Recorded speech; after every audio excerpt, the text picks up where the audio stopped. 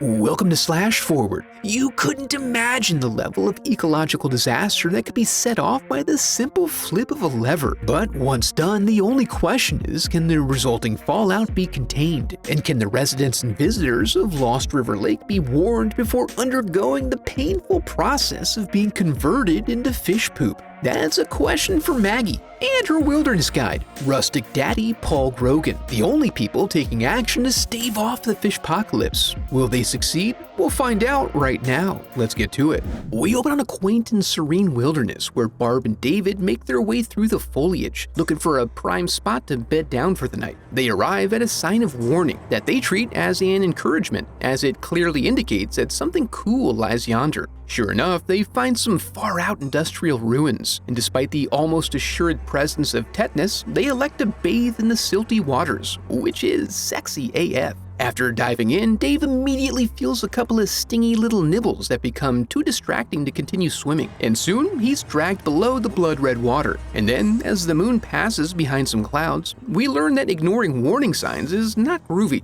Not groovy at all. We then transition to the plane station where Maggie's enjoying the video arcade as her final rental car arrangements are made. As she's seen off, we learn that she's heading to Indian Springs and that she's been hired to find something. But we don't need to know what quite yet. Then we move on to Big Paul Grogan, receiving his delivery of party materials from Jack. The cost? However much he can peel off before Jack says stop. You see, old Jack doesn't need much in this life, and what he does need is provided by the great river. She bathes him, nourishes him with her fish, swaddles him in her watery bosom, and even rocks him to sleep at night. Yeah, Jack's living a life of simple contentment. We then catch up with Maggie in a Jeep that there's no way she rented from Hertz. After some engine trouble, she finds herself at the doorstep of Rustic Paul Grogan. Despite the lack of invitation, she immediately notifies him that she's a skip tracer and has traveled up to his hovel to look for some missing teens. But Paul's used to being alone, other than his daughter, and he's not much for conversation. He points her in the direction of Jack's cabin, or the old abandoned military facility upriver.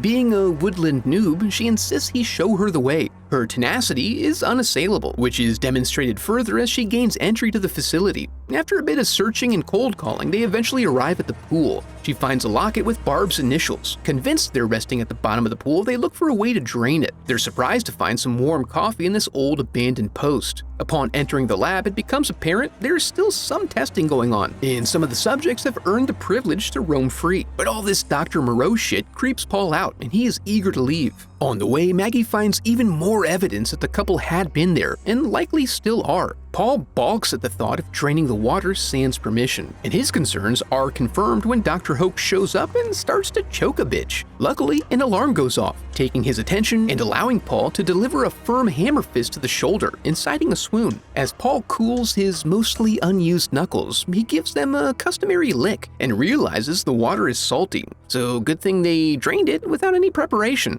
They do find some bones, but presume them to be the remains of a dog, and then here as Dr. Hoke takes off in their wheels. But he's still woozy from that shoulder injury, and he flips that sucker. And despite all this head trauma, they do find him alive. He wakes up later, lashed to a table, and insists they've unleashed a pox upon the local wildlife. However, he declines to elaborate further before bedtime. The unlikely pair try to puzzle out what's going on, and in sharing some personal details, we learn that Paul's daughter is away at camp across the lake. The next morning, they confront the complexities of getting their captive to the police without a vehicle. They opt to travel to the dam, which always has a ranger on duty. Because Paul wasn't joking about his commitment to primitive living, they're forced to travel via river raft. We then transition to Paul's daughter, little Susie, as a counselor tries to work out how to convince her to overcome her fears of the water. She's irrationally afraid of there being something in the water. Mr. Dumont doesn't have time for coddling though. People eat fish, Grogan. Fish don't eat people. Because there is an upcoming water competition and he's pushing for peak performance. We then check in with Jack, doing some drinking and some storytelling, which he barely concludes before getting mobbed by a gang of things. Elsewhere, Dr. Hoke wakes up on the raft and insists they stay away from the water, for it's filled with Piranha. Oh, it's piranha. and for no reason in particular, they choose not to believe him. He did suffer a multitude of recent head injuries, but then they float by old Jack's place. After securing the raft, they stumble upon Jack. We never learn how they manage their grief, because Paul immediately transitions to digging a shallow grave for his old friend, which seems hasty. At camp, another counselor works to find a way to help Susie get out of the swimming race. She ultimately settles on adorning her with a fake contusion to the knee. Meanwhile, to pad out the body count, Paul reaches in to free Annette, and we observe a little nibble turn into a full-on frothing frenzy as the relentless school collects their meal. Back with the main crew, Hoke reveals that he was involved in genetically modifying the fish to make them adaptable and quick to breed, so they could be used as a biological weapon in the Vietnam War. When the war ended, the military poisoned the water, but Hope did too damn good a job, and some of the stronger ones survived and proliferated. The story jogs loose something in Paul's memory, and he suddenly realizes that every so often, they open the dam a little to even out the lake.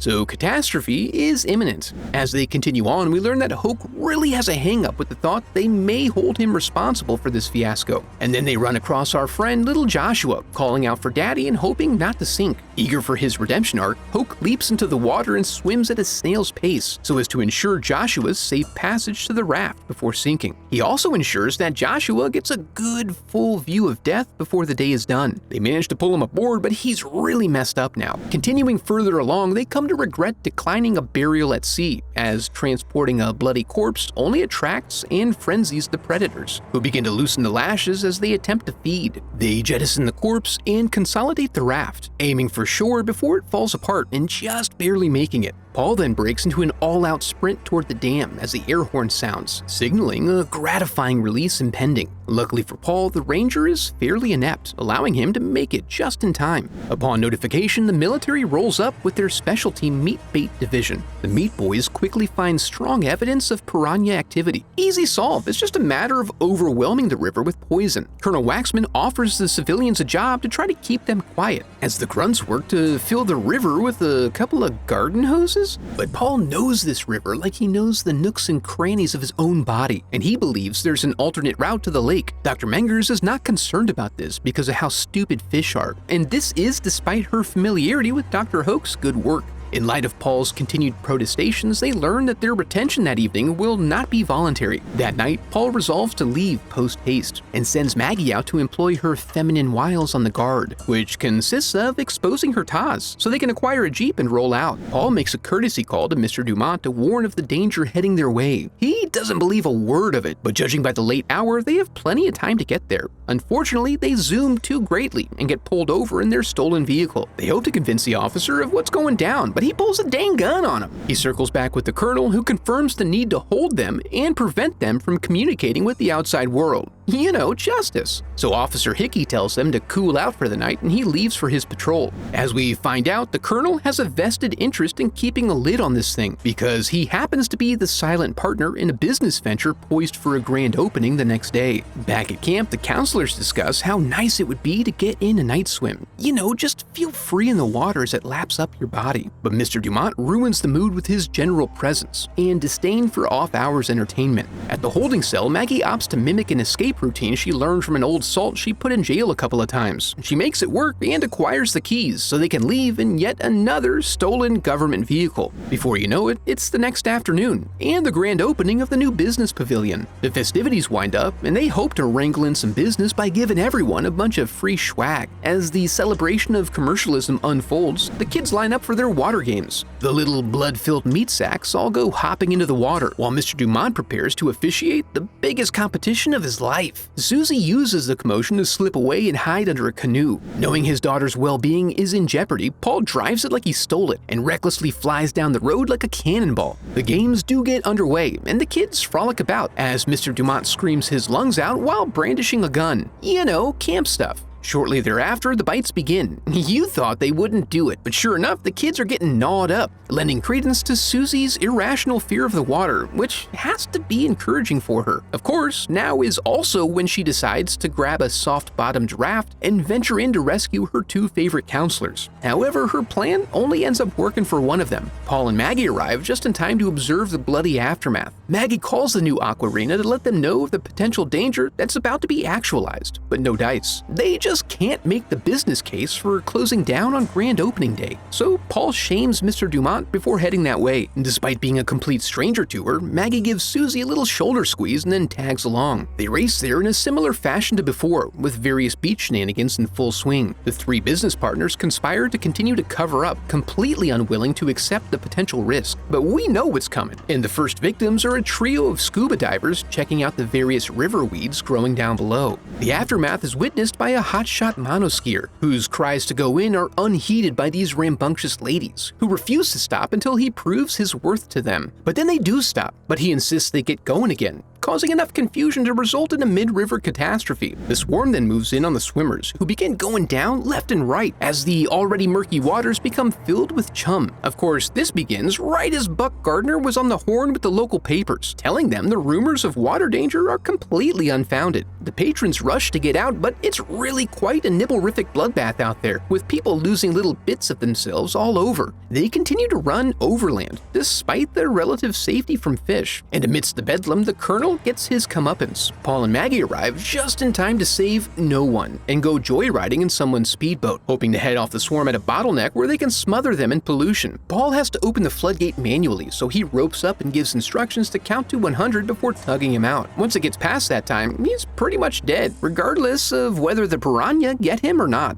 He makes his way into the underwater office and reaches the wheel just in time. Those little suckers get to picking at him, but he focuses in good and hard and opens the pipes right as Maggie hits 100. She then jet boats his lily-white ass straight out of there, leaving the Piranha behind to choke on it. Back at the resort, the courtyard looks like a medic's tent from World War II, except there are children lying about as well. Susie faithfully delivers her old pop some of his daddy juice to revive him, while Dr. Mengers gets back on her bullshit, proclaiming there's no way the swarm could have survived the blast of pollution or reached the ocean. But the end title implies otherwise. Originally created to suckle off that Jaws clout, Piranha actually ended up being a reasonably well-done movie. It has a nice mixture of humor elements and was conservative enough in its effects that Joe Dante, who eventually went on to direct Gremlins, didn't have to skimp out on the scenes of destruction, which were plentiful and expansive. They originally intended to have Rick Baker do the effects, but he recommended they get in touch with Rob Bottin, who eventually went on to do the effects work for John Carpenter's The Thing. Basically, the movie borrows a strong premise from a huge blockbuster, and then is put together by a group of first-timers who would eventually go on to create massive hits. So despite any underlying issues or weaknesses, the movie can't help but to entertain and be of a generally higher quality than it really has any right to be. Now that we're here, I want to congratulate you for making it to the end of the video, and affirm that you are a very special person because of it. Before we go, I'd like to give a huge thanks to my donors, memorialized in the Hall of Headshots.